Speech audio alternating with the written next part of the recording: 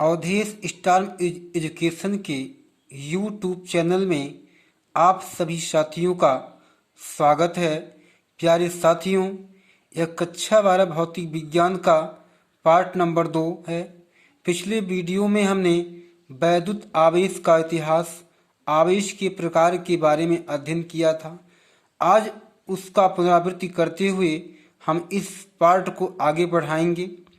हम जानते हैं कि कक्षा 12वीं फिजिक्स का जो प्रथम यूनिट विद्युत चुंबकत्व है, इसको हम दो शाखाओं में विभक्त कर सकते हैं, स्थिर वैद्युतिकी और गतिज वैद्युतिकी, जिसे हम इलेक्ट्रोस्टैटिक्स की संज्ञा देते हैं। स्टैटिक्स का तात्पर्य होता है स्थिर और इलेक्ट्रो का तात्पर्य होता है आवेश, अर्थात जब आवेश स्थिर अवस्था में हो। तो भौतिक विज्ञान की वह शाखा जिसके अंतर्गत हम स्थिर आवेश के गुणों के बारे में अध्ययन करते हैं, उसे स्थिर वैद्युतिकी की संज्ञा दी जाती है। अगर गतिज वैद्युतिकी की बात करें, जिसे इलेक्ट्रोडायनामिक्स कहा जाता है, डायनामिक्स का अर्थ होता है गति, इलेक्ट्रो का अर्थ होता है आवेश, अर्थात जब आवेश गति की अवस्था में हो। अतः भौतिक विज्ञान की वह शाखा जिसके अंतर्गत हम गतिमान आवेश के गुणों के बारे में अध्ययन करते हैं, उसे गतिज वैद्युतिकी कहते हैं।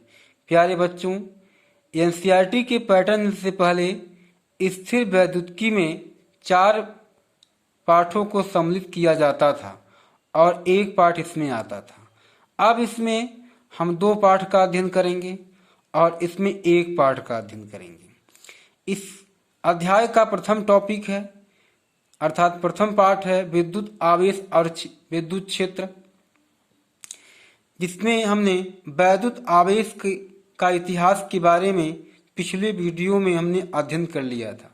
आइए एक बार इसका पुनरावृत्ति पुनः कर लेते हैं। वैद्युत आवेश के इतिहास के बारे में अध्ययन करें तो हम जानते हैं कि 6 से ईसा पूर्व पहले, 6 से बीसी का अर्थ होता है ईसा पूर्व, 6 से ईसा पूर्व पहले यूरोप महाद्वीप में एक देश था यूनान या ग्रीक, यूनान को ग्रीक भी कहा जाता है। वहाँ के एक दार्शनिक थे थेल्स ने बताया था कि जब अंबर नामक पदार्थ को उनसे घर्षण कराते हैं तो छोटे छोटे टुकड़ों, कणों जैसे कागज के टुकड़ों को अपनी तरफ आकर्षित करने का गुण प्राप्त कर लेता है। प्यारे बच्चों, हम जानते हैं कि बचपन में जब हमने कंघा लेकर अपने बाल पर घर्षण कराया था तो देखते क्या थे कि वह छोटे छोटे कागज के टुकड़ों को अपनी तरफ आकर्षित करने लगता था। अर्थात जब कंघे को हम कागज के टुकड़े के पास ले जाते थे, उन कागज के टुकड़ों में एक प्रकार का हलचल उत्पन्न हो जाता था। लगभग 2000 वर्षों तक हम थेल्स की कही हुई बात पर किसी ने ध्यान नहीं दिया। 16 से एडी अर्थात 16 से ईस्वी में इंग्लैंड के महान वैज्ञानिक डॉक्टर गिलबर्ट ने बताया कि अंबर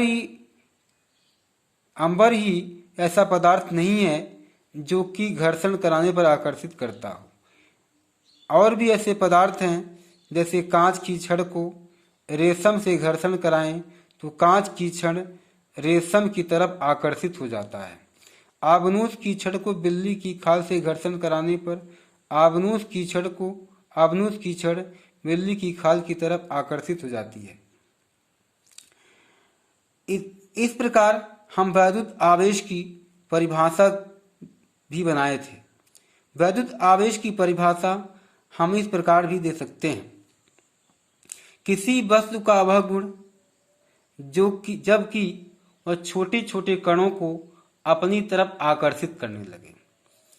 दूसरी परिभाषा, किसी वस्तु को दूसरे वस्तु से घर्षण कराने पर जब वह वस्तु छोटे छोटे कणों को अपनी तरफ आकर्षित करने लगे, तब यह कहा जाता है कि उस वस्तु ने आवेश ग्रहण कर लिया है। ऐसे वस्तु को या पदार्थ को आवेशित पदार्थ या वैद्युतमय पदार्थ कहा जाता है। वह कारण जिससे इसमें यह गुण उत्पन्न हुआ, उस कारण को विद्युत कहा जाता है। अगर यह परिभाषा न दे सकें, एक छोटी परिभाषा हमने बनाया है, किसी वस्तु में वह गुण जिससे उसमें विद्युत या चुंबकन का प्रभाव उत्पन्न हो जाए, उसे भी हम विद्युत आवेश की संज्ञा दे सकते हैं।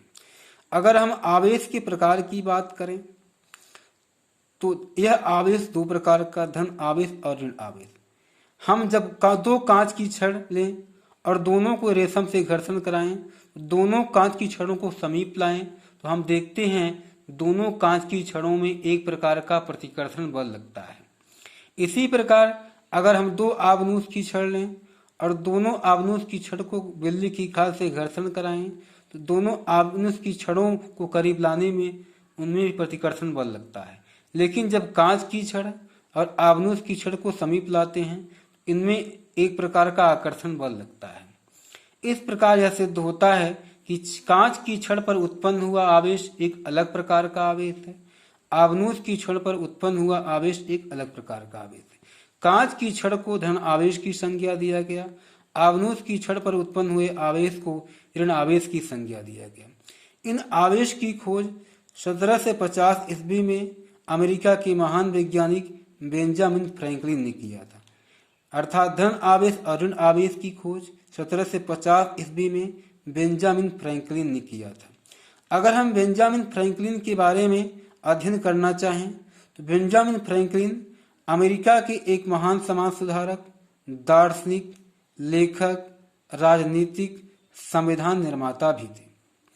इनका जन्म जनवरी 1706 ईस्वी में और मृत्यु 1785 ईस्वी में हुआ था।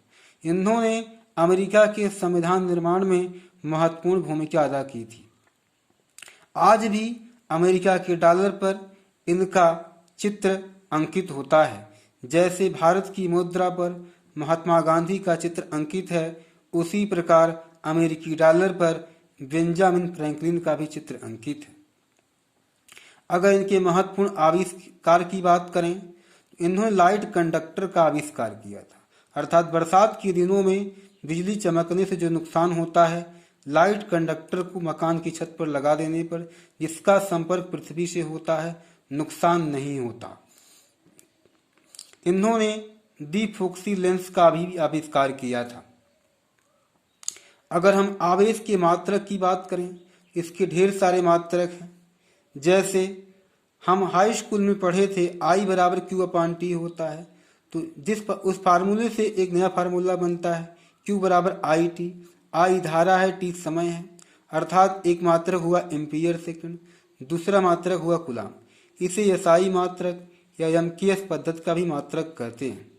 दूसरा मात्रक हुआ ESU और चौथा मात्रक फ्रैंकलिन, इसे सीजीएस पद्धति का भी मात्रक कहते हैं। पांचवा मात्रक है EMU, छठवां मात्रक है फैराडे। ESU का अर्थ होता है इलेक्ट्रोस्टैटिक यूनिट, EMU का अर्थ होता है इलेक्ट्रोमैग्नेटिक यूनिट। ESU जो है वह आवेश का एक छोटा मात्रक है, फैराडे जो है एक बड़ा मात्रक है। अर्थात बड़ा मात्रक जो फैराडे है, एक फैराडे में 96,400 कूलाम होता है। जो छोटा मात्रक है वह ESU है। कुछ हमने महत्वपूर्ण नोट भी दिया है। आवेश को Q या कैपिटल Q या स्मॉल q से संकेत करते हैं। आवेश एक अदिश राशि है। अब हम नेक्स्ट वीडियो में इसके अगले पार्ट का अध्ययन करेंगे। धन्यवाद।